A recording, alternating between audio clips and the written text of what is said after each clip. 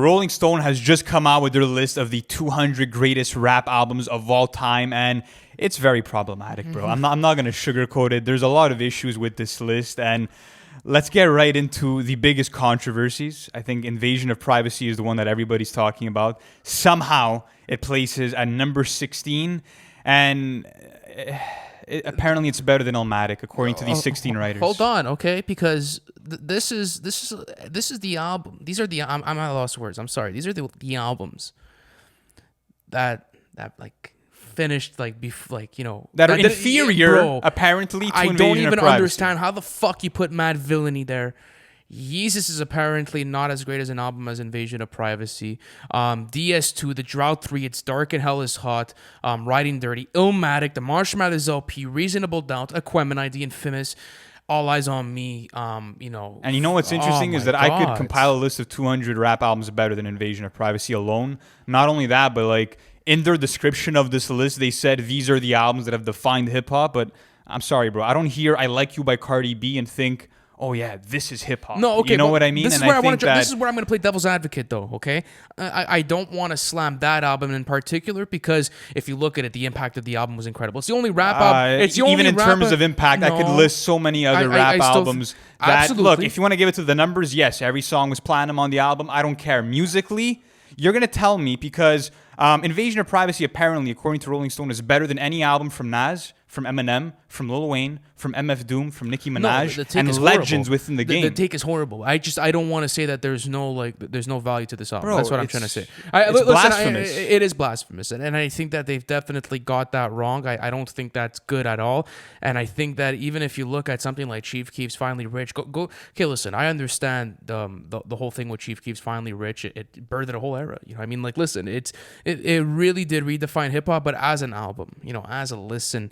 When you're putting that over GKMC, there's more problems there. Like when you're placing, even De La Soul's 3 Feet High and Rising Underneath, like, ooh. Listen, that's a heavy again, statement, I get it because Finally Rich has fucking bangers on there. Love Sosa being one of my favorite songs. Yes, and they were super influential, don't get me wrong, and but in this conversation, to me, like, Finally Rich could be viewed in some sense as in like a modern day Straight Outta Compton, in the sense that it formed this whole new subgenre within hip hop. So I respect it on that level, but to say that it's better than the albums you just mentioned, it doesn't make sense. Another questionable one comes in at number 129, which is Playboi Carti's Whole Lotta Red, which apparently is better than any album J. Cole has ever released, better than any album Mac Miller has ever released, better than any album Travis Scott or A$AP Rocky have ever released, and better than Tupac's classic Me Against the World. Like, the album's been out for 2 fucking years. Let me ask you this then. Do you think that this list is formed for a certain type of little narrative going on, man? Because think about that, man. Like, if they got the list right, how many people would be talking about this list? You know what I'm trying to say? That's the thing, is that, like, I think that for them to be relevant and for them to have conversation generated and for them to get clicks towards this article and to generate all this traffic, they had to put out a controversial list. And like, they did it in a way where it's not super trolly because you don't have Invasion of Privacy at number 1, so it wasn't too obvious. But I think that, like, if you were to categorize this list as 200 great hip-hop albums, I'd have no problem with that. That'd be totally fine. But if you're going to tell me that these are the greatest, most genre-defining albums, that's where I kind of have issues within the listing. Absolutely. I mean, how the fuck is Illmatic at number 24? Yeah, how is not like, okay, listen, there's conversation about that number 1 position all day long. And I think they got it right, by the way. Ready to Die could be considered for number 1. It's your number 1 rap album of all time, right? They do interchangeable with Illmatic, but yeah. Obviously, there is W's within this list. For sure.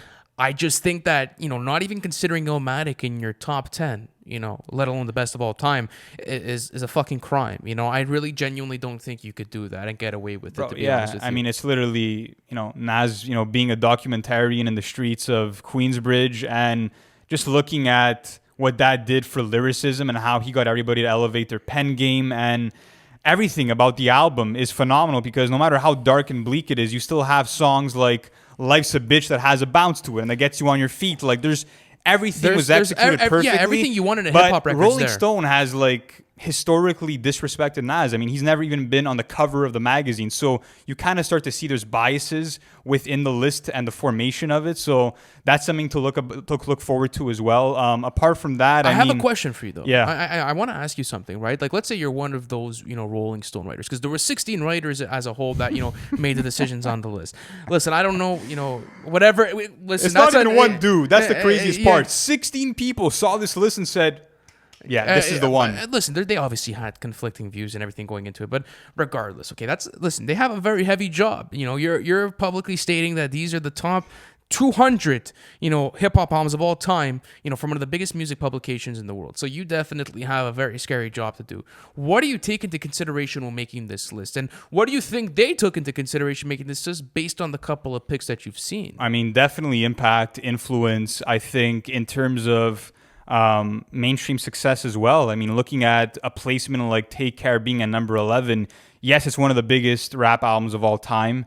Yes, I think that it's pivotal to Drake's catalog and evolution, and I think that it influenced so many new artists, but to say that it's practically a top 10 rap album of all time, I'm not sure, but I think that maybe the numbers kind of, cast a shadow over the other aspects, like and I think the lyricism, like the soundscape. Absolutely, and I think that's where we come in, just kind of like how we view it. I mean, if you guys want to know at least how I view it, I would like to go in and I'd like to take everything into consideration, right? So like, what does that album sound like? What's the material on there? Like how has that, shifted the game, and how has that looked at things? And, also looking at, how have these albums aged, and, what type of quality are you getting out of them? How unique are they, for their own time and respective, and how has that aged? So I think to say that, certain albums on here that have been released in the past 2 years, like, it's already a bit hard to tell, right? So Like, do you think there's recency bias to this list? Because, for example, Call Me If You Get Lost is ranked as the best Tyler album of all time, according to them. But I mean, like, that's not a bad conversation to have. I think that that's reasonable. Igor and Flower Boy are absent here, bro. But I do think there is conversations to be had about. I don't think you can make that argument.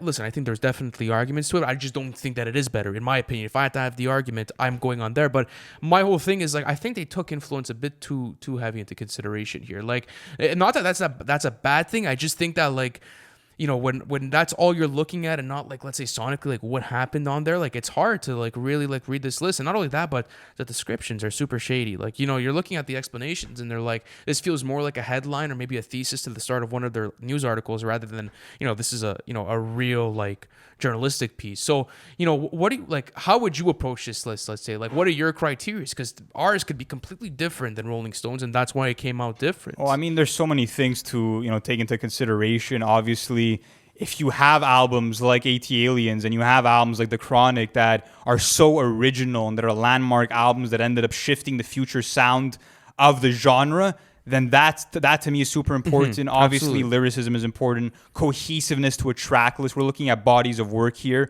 And I think that's maybe something else that's a bit questionable, is that they included mixtapes here too, which is fine to me. But then again, you're leaving out 1999 by Joey Badass somehow.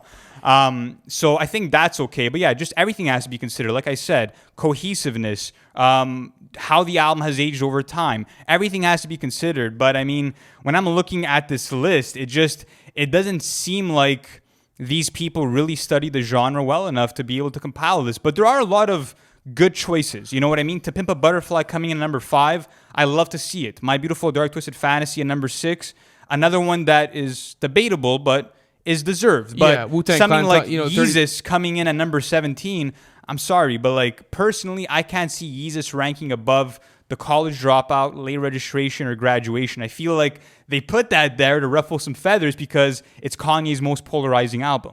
Yeah, but I think that they also, like, there is an argument to be made about, like, what Yeezus did and, like, what that album was for the year that it released. But I'm more interested in this top 10 because realistically, like, this top 10, besides, like, some really big misses, you could really have a conversation for all of them. So I'm Ready to Die. You could have a conversation for that being top 10 of all time. Stankonia is a bit of a different, like, conversation, but I still feel as if absolutely you can make the conversation. AT Aliens and Equipment. I still put it over, absolutely. But if someone were to come into that conversation with Stankonia, I would not be like, no, that's wrong. So Stankonia, That's fine with me. The Blueprint, absolutely. Public Enemies, it takes a nation of millions to hold us back, Yep. absolutely. Kendrick Lamar's Spell of Butterfly, absolutely. My Beautiful Dark Twisted Fantasy, questionable, but people do see it as his best album, so that's low-key a W. Missy Elliott's Miss E's So Addictive, yes, that could be I considered. put Miseducation above it though. Yes, I will as well. But then after that, you have 36 Chambers and the Lower End Theory.